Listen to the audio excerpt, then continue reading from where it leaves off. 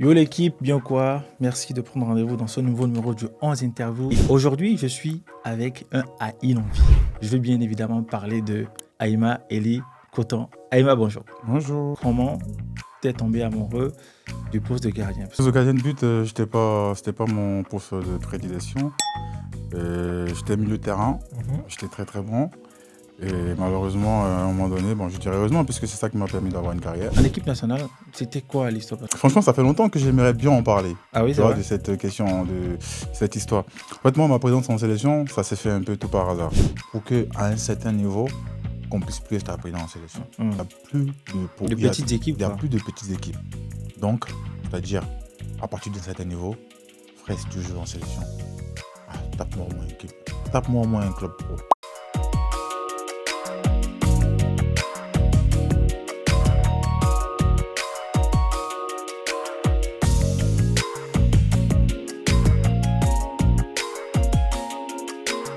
Yo l'équipe, bien quoi? Comme j'ai l'habitude de vous dire, utilisez l'Infi pour tous vos transferts d'argent depuis le Canada, les États-Unis, le Royaume-Uni, la France, en direction des pays comme le Bénin, le Sénégal, la Côte d'Ivoire, le Mali et j'en passe.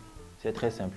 Grâce au lien qui s'affiche en dessous, vous êtes réorienté directement sur le site, vous téléchargez l'application et pour votre première inscription, tapez le code promo 11BEN.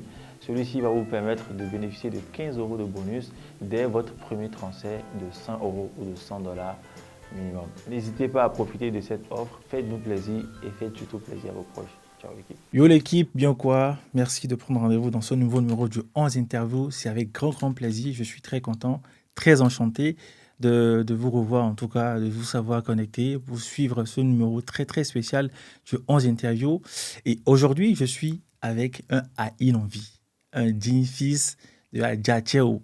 Et vous allez certainement deviner de qui il s'agit.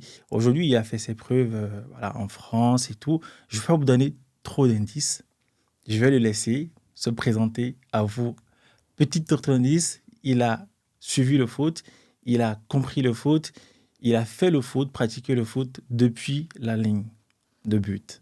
Je vais bien évidemment parler de Aïma Eli Coton. Aïma, bonjour. Bonjour. Tranquille? Bah écoute, ça va. Ça fait plaisir d'être là. Ben, merci franchement d'avoir accepté cette invitation Ouais, pour voilà, c'était normal discuter. pour moi. Le 11 interview, tu le sais, c'est l'actualité sportive du Bénin. Et quand on parle de l'actualité, ou peut-être pas, tu restes quand même un des acteurs de ce football-là béninois. Tu l'as joué, tu as fait tes preuves au niveau national avant de t'envoler de l'autre côté de l'Europe où nous sommes.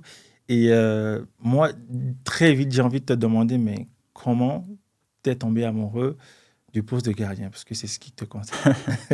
Bah écoute, pour te dire, le poste de gardien de but, c'était pas mon poste de prédilection. J'étais milieu de terrain, j'étais très très bon. Et malheureusement, à un moment donné, bon, je dirais heureusement, puisque c'est ça qui m'a permis d'avoir une carrière, eu une carrière.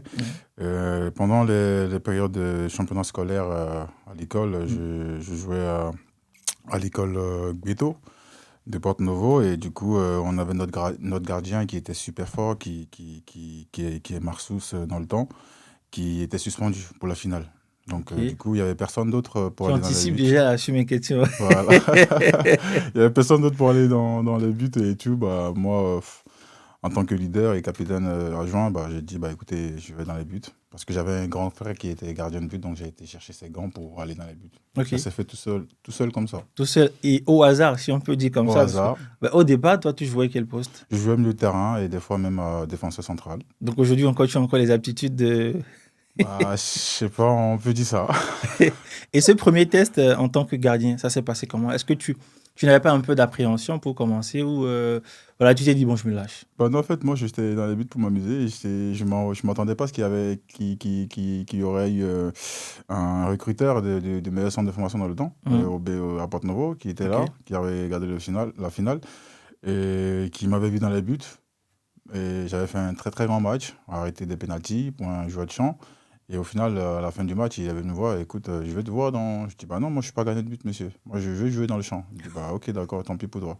Ok. J'ai dit, bah Et du coup, en fait, finalement, tu n'as pas pu signer avec eux, c'est ça? Non, c'était mon rêve de rentrer dans ce centre-là. Donc, Ok. je me suis dit, bah, je vais essayer d'aller quand même en tant que gardien de but et Ok. lui montrer ce que je vaux devant. Et Ok. peut-être qu'il va changer d'avis. Mais au final, il n'a jamais changé d'avis. Et puis, il m'a quand même gardé gardien de but. Et puis après, tu étais repéré par les Dragons de Lomé? Voilà, c'est dans le centre de formation de l'AS Colombe que j'ai été repéré par les Dragons de Lomé. Et rectification, parce que j'ai pas eu la chance de jouer pour les Dragons de Lomé finalement. J'ai été formé en quelque sorte, puisque à un moment donné, j'ai joué là-bas. Et finalement, arrivé en équipe nationale, j'étais avec le coach John Kofiatou Kwefio, Oui, le Ghanéen. qui avait déjà 2 gardiens de Dragons de Lomé qui étaient Campos et Rachad. Et moi, je suis arrivé en tant que 3e gardien en sélection. Et il m'a appelé dans sa chambre un soir, il me dit, écoute, tu connais tes dirigeants au Bénin ici, comment ils sont. Si je prends 3 gardiens du même club, ils vont péter les plombs. Pourtant, moi, je veux que tu restes en sélection. Donc, qu'est-ce que tu veux faire? Tu peux choisir un autre club ou pas? C'est de là que j'ai été avec Stéphane Sesseyon à Boumaïga, au Requin de l'Atlantique. Et cette expérience avec ces deux-là qui sont quand même devenus de gros stars aujourd'hui, ça s'est passé comment? Tu as partagé le vestiaire très tôt. Est-ce que tu les voyais déjà en aîné? Tu sentais déjà qu'il y avait un truc Non, en vrai, je les ai connus. En vrai, je les ai connus vraiment qu'en sélection. Ok. Parce que moi, quand je suis arrivé au Requin de l'Atlantique, eux, ils partaient déjà pour Créteil. L'année qui suivait, ils partaient au Créteil. Ouais.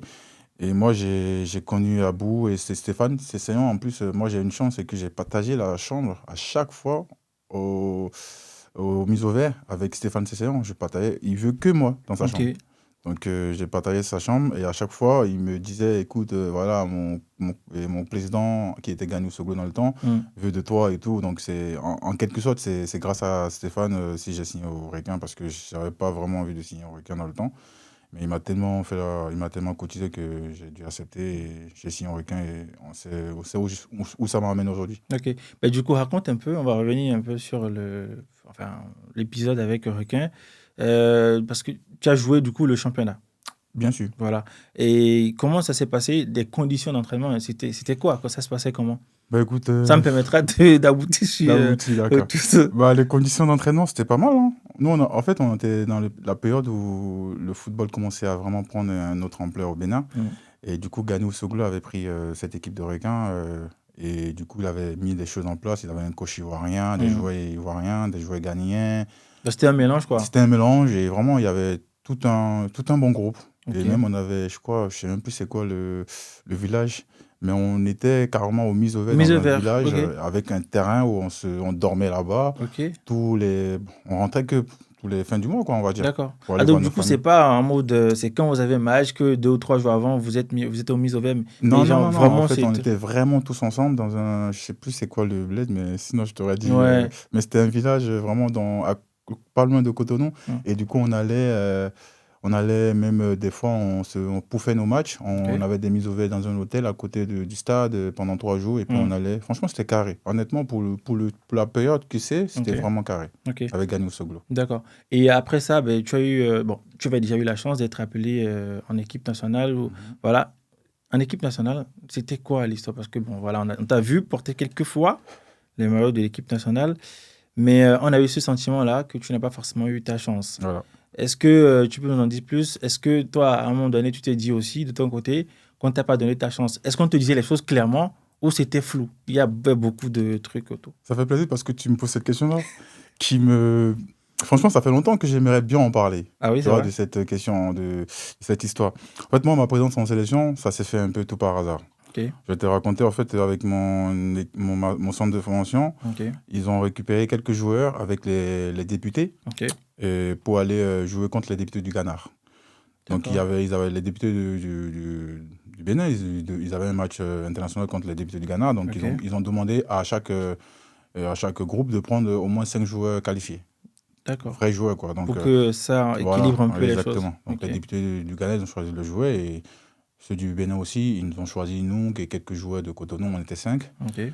Et du coup, on est parti au Ghana, on a fait un match. Sauf que moi, comme tous les matchs, je m'amuse, tu vois. Je faisais des arrêts, je faisais des roulades, des parades et tout. Ça a parlé de moi partout dans les télévisions au Ghana, dans les journaux. C'est comme ça que c'est arrivé dans les oreilles de John Atuko-Ifio. Oui, qui est ghanéen du coup. Qui est ghanéen du coup, était sélectionneur du Bénin dans le temps. Donc pour moi, j'étais jeune, donc je m'en foutais. Donc je viens pour le match retour. On voit qui? Le coach de l'équipe nationale qui était là en train de regarder le match. Pareil, je fais un grand match. Donc il se dit, on ne s'est pas trompé sur le gamin. Il a fait un match là-bas. Il revient ici, il fait encore un grand match. C'est de là, moi, j'étais dans mon club de Dragon. Je m'entraînais et tout. On m'appelle, on me dit, tu vas en sélection. Je dis, pardon, quelle sélection? Comment on t'a envoyé un testo Ouais. ou on a envoyé quelqu'un Non, on m'a appelé carrément. Et Ok. c'était qui? C'était coach John Atukwifio qui Ok, parlait en lui-même. anglais. Mais comme moi, je ne comprenais pas, Mhm. il y avait un coach des Dragons qui s'appelle Zanou Janvier. Je crois que Moi, c'est. ça En me tout cas, parle c'est pas du Janvier. tout. Je ne connais pas son nom, mais c'est Janvier Ok. qui parlait super bien anglais. Qui a dit, attends, il te dit de venir en sélection. Je comprends pas. Je dis, Direct. moi, je comprends pas. Donc, du coup, l'après-midi, on a fait un entraînement le matin. L'après-midi, je suis monté en sélection. Ok. Donc, ça s'est fait comme ça. Et après, Du coup, je suppose que tu as retrouvé Stéphane. j'ai retrouvé Stéphane en sélection, j'ai retrouvé Rachad en sélection, j'ai retrouvé Campos en sélection. Paix à son âme aussi. Hein. Et du coup, le sélectionneur m'a fait comprendre tout de suite qu'il Mm. était dans l'optique de préparer en même temps la CAN 2005. C'est ça. Et la Coupe du Monde, du coup. 2005 d'abord, parce qu'on n'était même pas sûr qu'on allait Bon, se qualifier c'est pour pas la faux. Coupe du Monde. Et que voilà, donc vu que j'étais super jeune parce que j'avais 15 ans, Mm. et qu'il fallait que je me prépare et que de ne pas me prendre la tête en jouant pas ou quoi que ce soit. Mais le futur, c'est moi. Je me rappelle très très bien. Yotam Iscom. Eli, il m'appelle comme C'est ça. ce qu'il t'a dit. Eli, Yotam Ok. Iscom. Et voilà. Personne n'a. C'est ça. En tout cas, tel que tu le dis, il y a beaucoup d'émotions quand même, hein, parce que voilà, tu as eu l'occasion de faire tes preuves. Il Ouais. t'a vu 2 fois à l'œuvre. Ensuite, il t'a fait confiance. Et c'est quoi la suite? Bon, préparer la relève, d'accord. Mais qu'est-ce qui s'est passé ensuite? Et ensuite, il y a eu une longue période. Ok. Entre la période où l'équipe nationale jouait ses qualifications, les seniors, et la période où les jeunes aussi devaient préparer la CAN. Oui. Sauf que moi, j'étais en senior. Donc automatiquement, j'étais appelé à jouer des matchs. J'ai fait des matchs contre les matchs de prépare avec les joueurs locaux. Oui. On a joué au Togo, on a joué au Burkina. J'ai eu la chance de jouer contre le Niger.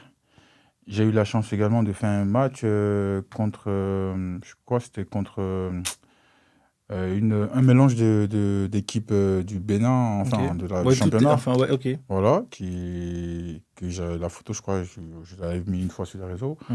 Et à partir de là, vu que Campos était vraiment pressenti Ouais.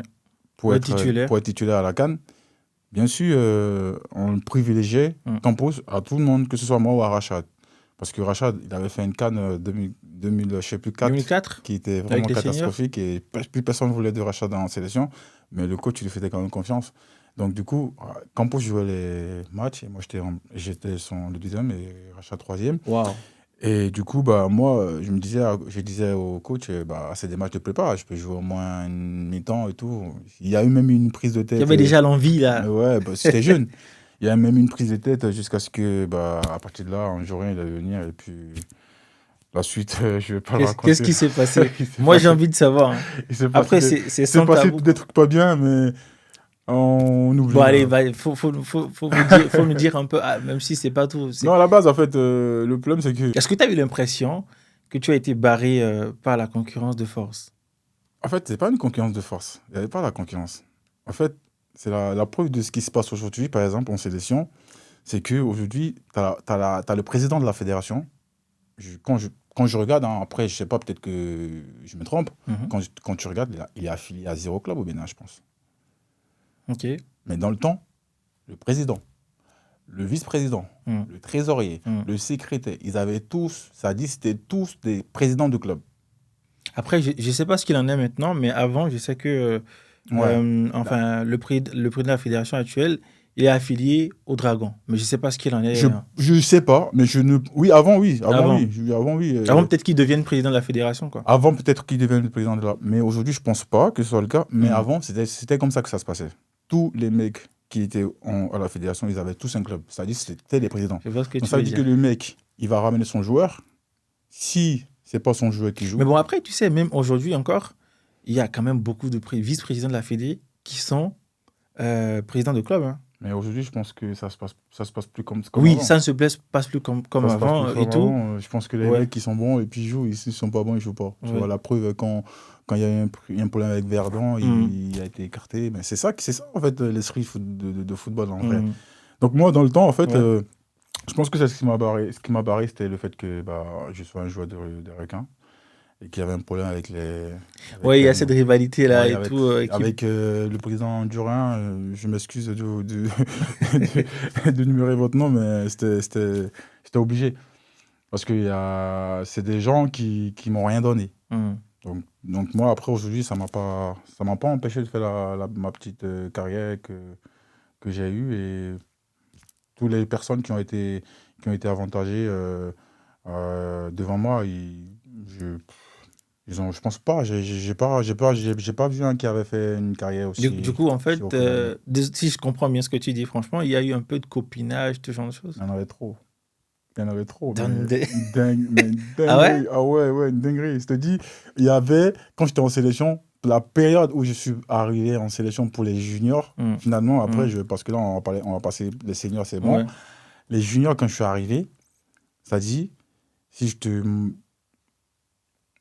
mens pas, il y a eu au moins Mhm. plus de 7 gardiens qui sont arrivés. Ah ouais, quand même.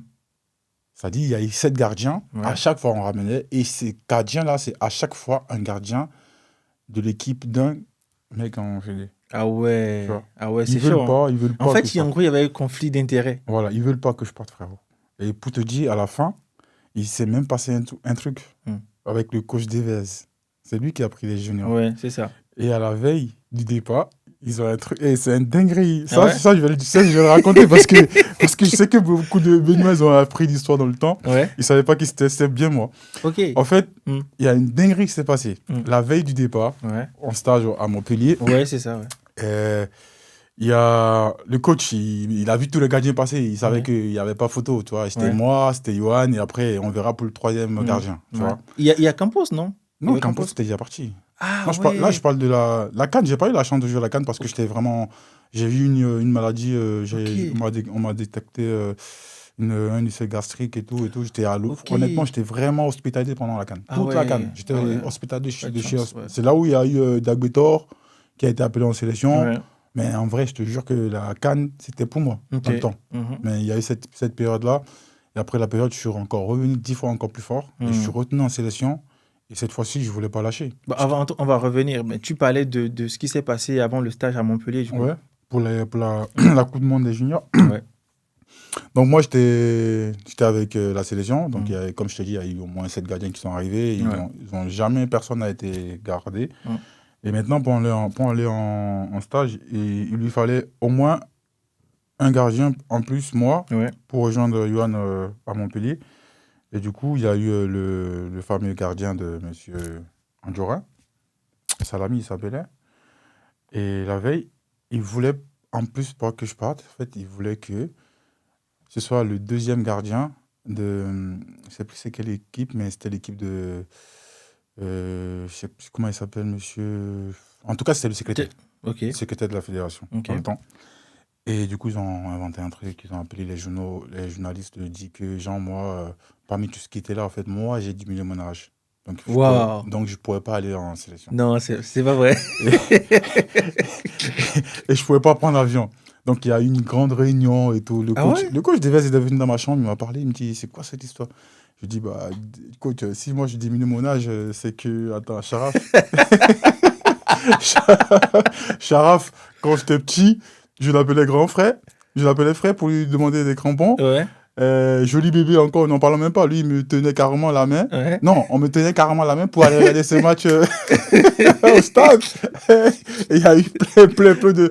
J'ai tellement énuméré de personnes. Ouais. Et lui, il a éclaté Et des vestes dans le Ouais. temps. Il dit, mais c'est quoi ça? Et puis il a pris sa cigarette. Mhm. Il a commencé à fumer. Du coup, on ne fume pas dans la chambre. En plus, moi, j'étais à fond chrétien. J'avais tout le temps une bougie allumée et tout. Je dis, bah, coach, on ne fume pas dans la chambre. Il dit, ah ouais, je suis énervé et tout. Il jette la cigarette par la fenêtre. C'était à l'hôtel de la plage dans le temps. Ok, ouais. Eldorado, hein. Ouais, à l'hôtel de la plage, je ne sais même pas comment ça s'appelle maintenant. Ouais. Et du coup, il descend. Il appelle un jour. Il dit, ouais, de toute façon, s'il ne va pas, je ne m'en vais pas. J'étais là, je te jure. Ah ouais, direct. Je te jure, la tête de mon fils, j'étais dans la chambre, devant mon pote. Il dit, Le gamin, si ça ne va pas en France, moi, je m'en fais pas. Voilà, maintenant, faites ce que vous avez fait. Et puis, il raccroche. Moi, j'étais là, tranquille, je m'en foutais, tu vois. J'ai commencé à voir mon président, non, le trésorier de Requin qui m'appelle, qui me dit, Eli, il s'est passé un truc et tout, t'inquiète pas, c'est à cause de nous, tout ça, mais ça va s'arranger et tout. Moi, je m'en fous que j'aille en truc là ou pas. De toute façon, je sais que si C'est vrai que tu t'en fous, mais tu sais que tu as ton talent, mais allez, quand même, à ce stage, pour préparer la Coupe du Monde, c'est pas rien. Hein. Parce que quand tu vas à une Coupe du Monde, c'est quand même des opportunités. J'ai fait tous les stages. Il y a eu 7 gars qui sont arrivés. Ouais. Donc, si je vais pas là, c'est parce que Dieu l'a pas voulu. Bon, c'est pas faux. Pourtant, moi, j'étais vraiment croyant dans le temps. Donc, moi, j'étais même pas paniqué, j'étais tranquille. Tu vas aller au calme. J'avais demandé à mon frère de venir chercher ma valise et tout. Au pire, ça, on rentre, tu vois. Donc, le soir arrive et tout. Ils font non, on mange, tout ça. Ils disent que non, il n'y a rien et tout. C'est juste une polémique, et tout ça. J'ai dit, OK, on arrive en stage. Rebelote. Finalement, tu es arrivé à Montpellier. On est arrivé à Montpellier, rebelote, c'est pareil. Ils m'ont fait la misère. Ah ouais? Après, je sais pas, tu vois, avec tous les respects que j'ai pour Yohan. Moi, j'étais venu en sélection, en stage. On m'avait dit que Yohan allait être titulaire, mais pour moi, j'allais le sauter, frérot. Pour moi, j'allais le sauter. Qu'il soit fort, qu'il soit pas fort, rien à foutre. J'étais là pour sauter. Mais mentalement, j'étais pas prêt.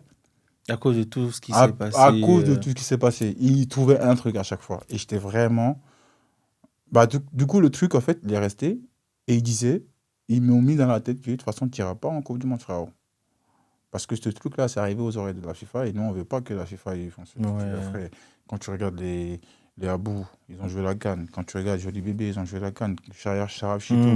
Je suis des noms. Pour moi, c'est des grands frères pour moi aujourd'hui, tu vois. Mais voilà, c'est pas grave. C'est des choses qui arrivent.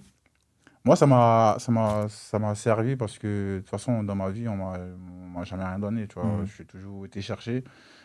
Et je vous ai prouvé par plus B que, de toute façon, ma carrière... J'ai des gars qui m'appelaient quand je jouais ici et qui étaient en sélection avec moi, qui avaient déjà arrêté leur carrière et qui me disent, vas-y, envoie-moi ci, envoie-moi ça. Mais j'ai eu la carrière que je voulais avoir. C'est ça. Donc, Dieu merci. Donc, en fait, le stage a eu lieu, il s'est terminé. Vous avez fait des matchs amicaux, tout ça. Vous êtes revenu et la CAN, enfin, la Coupe du Monde et tout, s'est jouée sans toi au final. Entre-temps, tu as eu des opportunités? Entre-temps, je n'ai pas eu d'opportunité en quelque sorte. Je suis quand même revenu en tant que supporter par la fédération. Et après, derrière, je suis retenu à Montpellier. Je suis retenu à Montpellier parce que j'ai fait quelques très très bonnes séances là-bas. De mes séances, j'ai eu un club. À Montpellier. À Montpellier. Et du coup, au final, ça ne s'est pas bien passé. Parce que j'étais arrivé vraiment à une période hivernale où je ne connaissais pas encore le climat. Donc voilà, ils me disent, écoute, on est presque à la fin, on est presque de toute façon à la fin de saison et tout. Donc tu sais qu'en hiver, c'est déjà presque terminé. Donc on te reverra l'année prochaine. Donc, du coup, moi, je dis, j'ai pas le temps d'attendre l'année prochaine.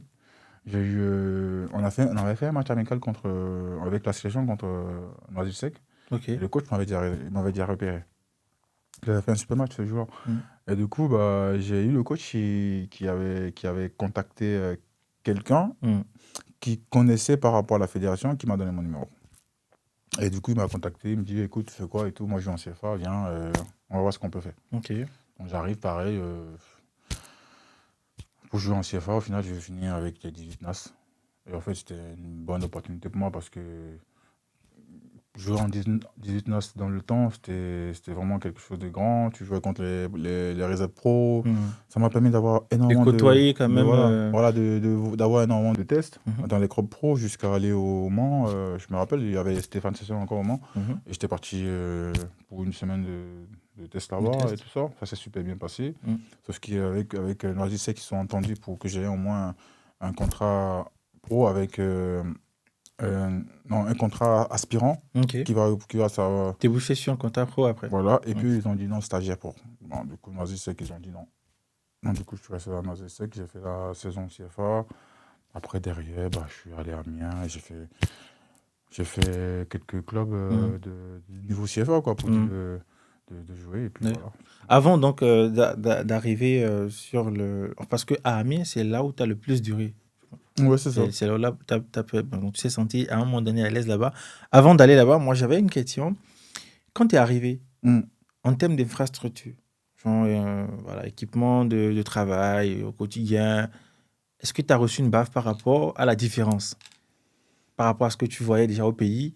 Est-ce que tu as remarqué Ah, quand tu es arrivé? ça, c'est logique, ça, en termes on peut même pas comparer, tu vois. Ouais. Mais le problème, c'est que moi, quand je suis arrivé à Noisy-Sec, Mm. c'est passé un truc que je crois que beaucoup, quand je leur ai dit, ils vont pas me croire. Ben, vas-y, hein. Je m'en- On t'écoute. Je m'entraînais, C'est le truc des je, exclus, là. je m'entraînais sur la terre rouge, comme au bled. Ah ouais? Je te jure, ils avaient un terrain, en Noisy-Sec, dans le temps, ils avaient un terrain, terre rouge. Ah, mais tu viens de m'apprendre un truc. C'est un truc de dingue.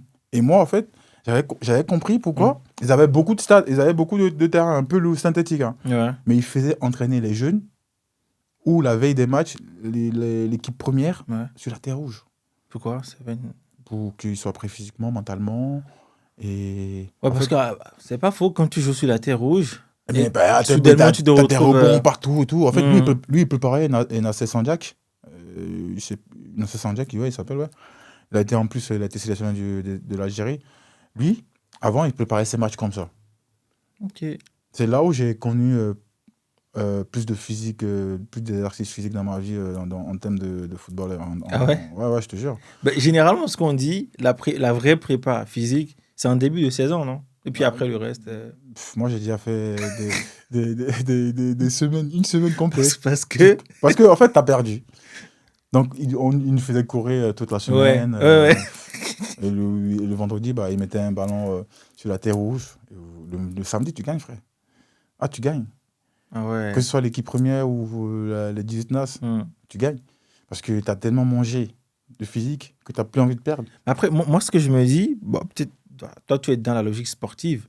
Moi, en fait, je me dis, ben, si tu t'épuises déjà la veille de match, mais le jour de match, tu n'as plus forcément d'énergie, non? Bah, y a des gens qui pensent comme ça, mais en vrai, ça veut rien dire. Hein. Ah En ouais. quelque sorte, ça veut rien dire. Il y a des gens qui aiment bien la veille de match, faire des mises en place, préparer tout ça. Il y a des coachs aussi qui aiment bien taper dedans et le lendemain, ça passe. Hein. Moi, j'ai toujours pensé que c'est séances légères, connaissances, tout ça. Moi aussi, j'ai toujours pensé ça. Mais au final, ici, il y a beaucoup de choses qui ont changé par rapport à ce que moi, je voyais avant. Et moi, ça ne m'avait pas dérangé parce que j'ai toujours connu ça au bled avec les coachs que j'ai eus. C'est toujours, on fait... Les 15 tours du terrain, les 20 coups. Et je sais qu'il y a beaucoup de mes anciens collègues qui n'ont pas grandi à cause de ça, à force de courir. Frère. Ouais, j'imagine. Ah, ça court. Bah oui, les courses à la plage, dans le sable, Ouais, tout ça. ouais. Que ici, c'est vraiment...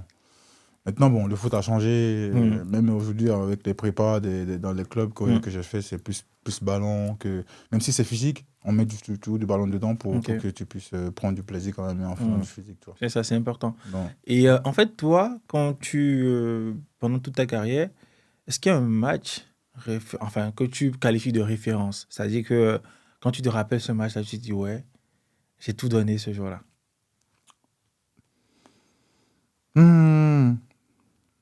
Ouais, peut-être le match en Coupe de France. Ok. C'était face à quelle équipe? C'était face à Evian Tonangaya. C'est ça, hein? Ouais. Evian Tonangaya, ouais. En Ouais, plus, je crois, ancien club de Mohamed. J'ai joué contre... Non, c'était quand ils étaient en Ligue 1. Mohamed, il a joué quand il était en national ou au truc là, je crois. Je crois que c'était en Ligue 2. Alors, en Ligue 2 ou national, ouais. Avec Dimon. Ah oui, Dimon Coucou. Ouais, c'est ça. Ah oui, c'est ça. bon, c'est Voilà. Coucou Dimon, ouais. Mais je n'ai pas joué contre eux parce que ça, c'était... Moi, j'ai joué contre... Comment ça s'appelle comment ça s'appelle déjà Gouvou. Ah, Sidney Govou. Sidney Govou. Ok. Sidney Govou. Et ce match-là, honnêtement, il s'est passé des dingueries parce qu'on menait 1-0 jusqu'à, je sais pas, jusqu'à la 93e minute. Ils égalisent. Et puis, c'est là la différence avec le pro, quoi. Ouais, donc, du coup, ouais, c'est mon match sur référence, franchement. Okay. Parce qu'avec ce match-là, j'ai eu beaucoup de propositions derrière et puis j'avais le choix, quoi. Ok. Et ben, justement, quand tu joues, généralement, on s'est fait avec un public un peu, bon voilà, il n'y a pas trop d'affluence. Et quand tu vas tomber dans un match de Coupe de France et qu'il y a le public, est-ce que ça a un impact sur la performance? Est-ce que ça constitue une pression ou une motivation? Pour certains, oui, mais pour moi, non, puisque moi, j'ai toujours connu ça quand j'étais au bled. Donc, ça m'a jamais dérangé. Au contraire, ça m'a toujours boosté. Tu vois, ça m'a toujours boosté. Franchement, il suffit juste que que ce soit dans le match. Et après, ça part tout seul. J'ai jamais été impressionné par le public parce que j'ai toujours connu ça. Toi-même, tu sais, au Bled, quand on jouait des matchs de championnat, le stade était rempli. Donc, j'ai toujours connu ça. Donc, ça m'a jamais impressionné. Okay. Moi, j'ai une question un peu à laquelle tu as bien voulu répondre. Est-ce que dans un match, tu as eu l'impression d'avoir joué contre ton équipe? C'est-à-dire que tu t'es dit, bon, aujourd'hui, c'est pas du tout mon jour. Est-ce que tu as déjà eu cette impression? Ah, bah, souvent. Ah ouais? Souvent, il y a des matchs où tu vois que l'adversaire, ils sont super chauds. Et que quand tu vois tes joueurs, tu te dis, bah, gros, de toute façon, aujourd'hui, là, tu sors des arrêts ou pas, tu vas en prendre, c'est sûr. Et moi, j'ai connu ces matchs-là plusieurs fois parce que j'ai souvent joué dans des équipes qui jouaient, à part 1 ou 2 années où j'ai joué les hauts du tableau, j'ai toujours joué avec les équipes qui jouaient le maintien et c'était horrible. Ouais, j'imagine. Je ne conseille pas aux gardiens. Surtout quand on est gardien, c'est jouer des équipes qui jouent le bas de tableau, c'est laid, c'est fatigant. C'est ça. Est-ce que tu penses que tu avais les moyens d'aller au plus haut niveau? Honnêtement, oui. Honnêtement, oui. Et j'ai beaucoup de regrets parce que je pense que j'ai beaucoup de regrets par rapport à quoi? Par rapport au fait que quand je vois ce qui se passe aujourd'hui, je me suis dit, en fait, on aurait bien aimé connaître cette période-là. Tu vois. Parce que le foot a beaucoup changé aussi. Si on avait connu cette période-là, je pense qu'on aurait fait de très, très grandes choses. C'est pas pour me vanter, mais je pense qu'il y a des gens qui me connaissent, ils doivent te dire pareil. Je suis sûr et certain, quand tu vas mettre l'émission, ils vont te dire, ah ouais, c'est lui, c'est... Parce que moi, en fait, je suis pas qu'un gardien dans l'âme. Je suis quelqu'un, je sors de l'entraînement, tu vas me voir faire autre chose à côté pour essayer de garder la forme. Contrairement à... Je me suffis pas, en fait. Ce qu'on me donne à l'entraînement, ça m'a jamais suffi. Tout à fait. Et si tous les mecs qui ont joué avec moi, ils savent. Ils vont te le dire. Ils vont dire, lui, c'est le gardien Cristiano Ronaldo. Moi, j'aime trop cavaler, j'aime trop courir. Ton corps peut parler pour toi aussi. Voilà, donc c'est pour ça il y a peut-être beaucoup qui vont dire, ouais, aujourd'hui, même si c'est pas un niveau de ouf, je suis encore en R2, ça fait je sais pas combien d'années, j'ai joué en R1 pendant je sais combien d'années aussi. Même si c'est pas un niveau de ouf, mais je pense qu'il y a beaucoup qui sont plus en activité aujourd'hui, tu vois, parce que moi, je m'entretiens et j'aime bien travailler, j'aime bien la souffrance. Comme je l'ai lu une fois souvent de tes posts, un peu l'argent, plus un peu l'argent, ça donne... Beaucoup d'argent, frérot. Il ne faut pas oublier ça, parce que jouer à ce niveau-là aussi, c'est payé. Hein. Bah oui, faut pas qu'on oublie. Justement, c'est ça qui fait que je joue encore, parce que ça rapporte un peu de... Tout à fait. À côté. Et j'ai vu que tu as une relation très, très particulière avec le légendaire capitaine Damien Chrysostome. Oh. Tu t'attendais pas à celle-là, hein? Ah non, pas du tout. Il faut pas parler de ce monsieur-là, parce que c'est une légende. C'est une légende. On peut pas... Je pense qu'on a connu des vraies légendes au pays. Je vais parler de Moussa Latonji, Moudachiro, Stéphane Sessegnon, sans citer Moui Ola Ogumbi. Mais j'ai connu des capitaines. J'ai connu le capitaine... J'ai connu l'époque capitaine... j'en ai connu 3. J'ai connu... Mondachiro? Non, pas Mondachiro. Mondachiro, je ne l'ai pas connu. J'ai connu l'autre. L'autre nordiste, là. Tchomogo. Tchomogo, ah oui. J'ai connu Tchomogo. Oui, big respect. Voilà, big respect au grand frère. J'ai connu Tchomogo, j'ai connu Stéphane, j'ai connu Chrysostome. Mais parmi tous ces capitaines-là. Et même quand j'allais voir les matchs et tout, quand tu vois le charisme, il n'y a pas...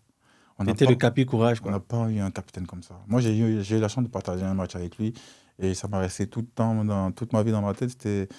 J'ai hésité à sortir sur un corner et tout. Et franchement, il m'a sauvé ce jeu-là. Et derrière, il a sorti le ballon. Et derrière, il s'est retourné. Claude, il s'est retourné. Il a sorti un mot en fond et tout. Il a dit, Eli, bonsoir, mon maman.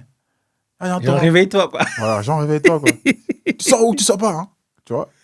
En fait, tu vois le charisme avec les cheveux qui tombent sur sa tête. Et comme ça, quand il a fait comme ça, là, tu dis, wow. Et là, tu dis, non, ce match-là, c'est à moi.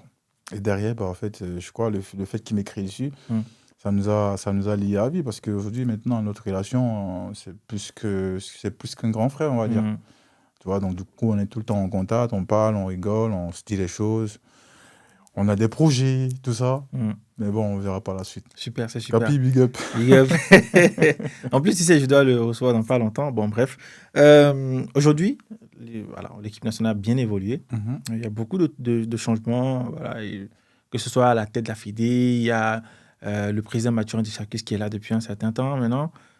Quel regard tu portes aujourd'hui sur le football béninois, genre, le parcours que l'équipe est en train de faire?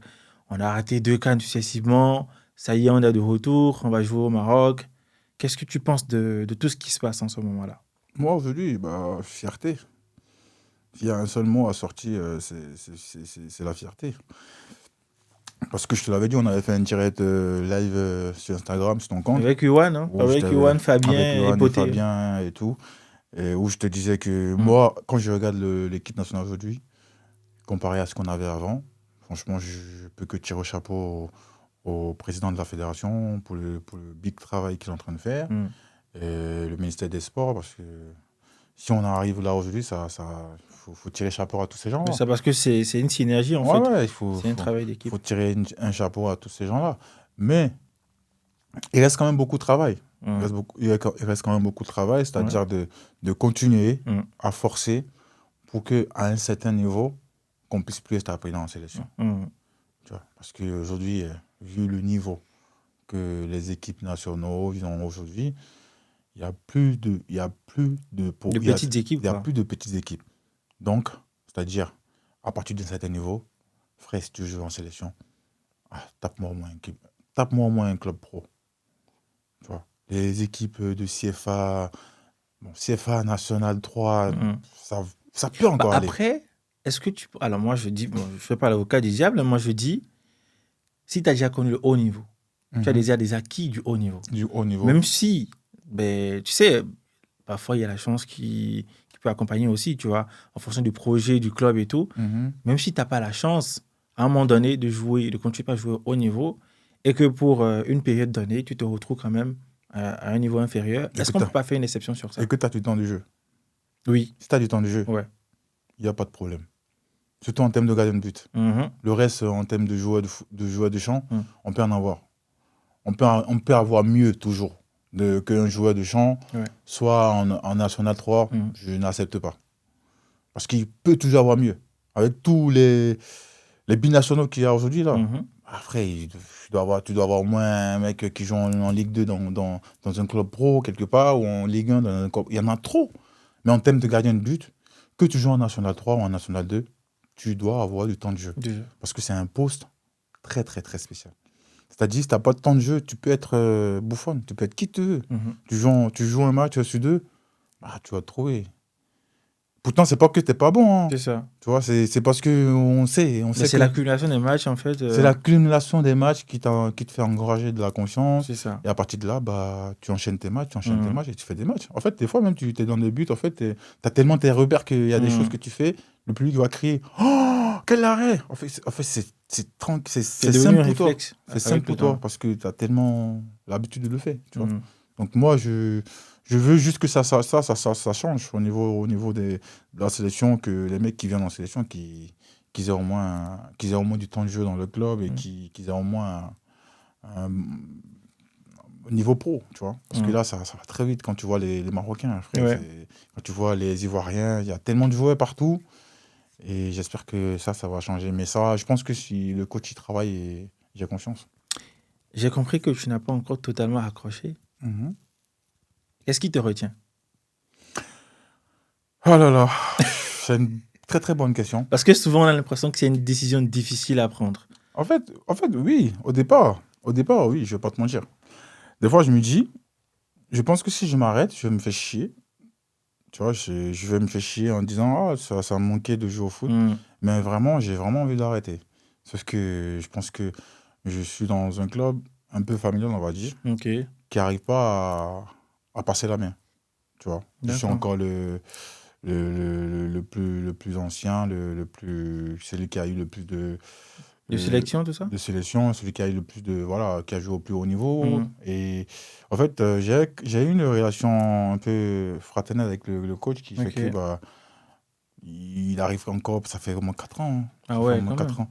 Ça fait au moins 4 ans que les gens, ils arrivent pas, ils arrivent pas à me trouver un remplaçant pour Mhm. que je puisse prendre je puisse laisser le relais et passer de l'autre côté du banc, Du coup, peut-être. toi-même, tu as envie de partir. Moi, j'ai envie de partir. Moi, j'ai envie d'arrêter. Et je dois encore me poser cette année. Non, on reste encore une année. L'année prochaine, on fera tout pour que tu puisses, voilà, quand tu puisses aller te reposer ou passer de l'autre côté du banc, un truc comme ça, tu vois. Mais Mhm. même ça, je suis même pas sûr que je vais pouvoir avoir envie d'être coach ou d'être coach des gardiens, là, tout comme ça. Je pense pas. Tu vois. Le jour où j'arrête le foot, je pense vraiment que ça va être terminé pour Mais passer je à autre pense chose. même que tu as déjà préparé ta reconversion depuis. On va en parler vers la fin. Alors, toi, qu'est-ce que tu dirais aujourd'hui à un jeune joueur béninois, un gardien surtout, Mhm. un jeune gardien? Qu'est-ce que tu pourrais lui donner comme conseil, toi? Bah, ce que moi je fais, c'est pas lâcher. J'ai jamais lâché. Hmm. Même quand on me disait que je pouvais pas, je me rappelle quand j'étais venu, j'étais à l'AS Colombe, j'étais le plus petit des gardiens. Hmm. Et j'avais, je sais pas un mètre combien, mais on me voyait pas aller loin. Et j'ai dit, bah, il fallait que je fasse quelque chose pour être grand. Hmm. Donc, pendant mes séances de foot, j'arrêtais mes séances d'entraînement. J'allais après, avant, il y avait le stade Charles de Gaulle. Ouais, On s'entraînait sur la terre rouge. Après, il y avait un terrain de basket à côté. ouais, J'attendais la fin de l'entraînement. Après, j'allais faire du basket à côté avec les gens. Parce que je savais ce que je voulais grandir. hmm. J'ai fait ça petit à petit. Les mecs qui m'ont vu grandir d'un coup, ils étaient choqués. Faut se donner les moyens, C'est ça. croire en ses rêves Hmm. et surtout, bah, travailler. Et à part ça, tu peux rien, quoi. Y a pas de chance, il n'y a pas de truc de gris-gris comme on dit chez nous. Non, ça ne marche pas. C'est ça. C'est le travail. Que le travail et la persévérance. Voilà. T'es retourné au requin? Requin. Oui. Je suis jamais retenu. Mais Ok. j'ai vu le président Ganou Soglo Hmm. plusieurs fois Ok. quand je suis retenu au Bénin. Mais pourquoi je ne suis pas retenu voir les requins, c'est que la direction a changé complètement. Ok. Et ceux qui étaient là, bah, je ne les connais pas. Donc, D'accord. du coup, voilà. Alors, à un moment donné, l'art a pris contrôle Ouais. de toi. Ouais. Est-ce que tu peux nous en dire? Bref, très rapidement, est-ce que Ah. tu faisais déjà de la musique En quand bref, tu moi, jouais? j'ai toujours été bercé par la musique. Donc, Hein. Blow Biggies ou Aymar? Moi, je pense qu'aujourd'hui, bah, je dirais plus Blow Biggies parce que ma musique, elle a commencé à toucher beaucoup de monde. Et tu as Et même pris un jeune sous tes ailes, ça c'est ouais, un c'est peu hors ça. foot et tout. Ouais, c'est un peu off foot parce que je suis en train d'élargir un peu le truc, Hum. faire de la musique, mais aussi avoir ma maison de production pour Ok, produire les jeunes, pour donner de la chance qu'on n'a pas eu, nous, quand on était petits, tout ça. ok. Et ouais, ça commence à. Moi, j'ai commencé la musique un peu très tôt parce Ok. que j'ai eu la chance de grandir dans une famille religieuse Mhm. où mon père était le chargé paroissial, un truc comme ça. Donc, j'avais une chorale qui était, voilà, que j'étais un peu le plus jeune. Donc, à partir de là, j'ai commencé à chanter. Ok. Et derrière, bah, grâce à une longue blessure pendant que j'étais à Amiens, j'ai dû enregistrer des chansons et je ne savais pas que ça allait plus aux gens. Et du coup, j'ai continué. Bon, ça va. Alors, pour finir, hein, est-ce que tu as un petit message à passer à l'équipe nationale qui va bientôt représenter le Bénin à la CAN? Bah, les gars, allez-y. On est fiers de vous déjà. On a confiance en vous. Et je sais que vous avez fait des merveilles. Pour cette CAN-là, en tout cas, j'ai confiance et on va vous supporter. On est à fond derrière vous. N'hésitez pas, donnez tout. Comme vous savez le faire déjà, parce qu'on ne peut pas vous le reprocher, vous le faites très bien. Continuez et tout. Je pense que tout le peuple est derrière vous. Voilà. Merci beaucoup, Aymar. Les gars, j'espère que vous avez kiffé ce moment de partage avec Aymar. On a ressuscité un peu les choses. J'espère que ça vous a plu, vous avez aimé. Restez câblés comme d'habitude. On se donne rendez-vous une nouvelle fois pour un nouveau numéro du 11 Interview. Ciao l'équipe.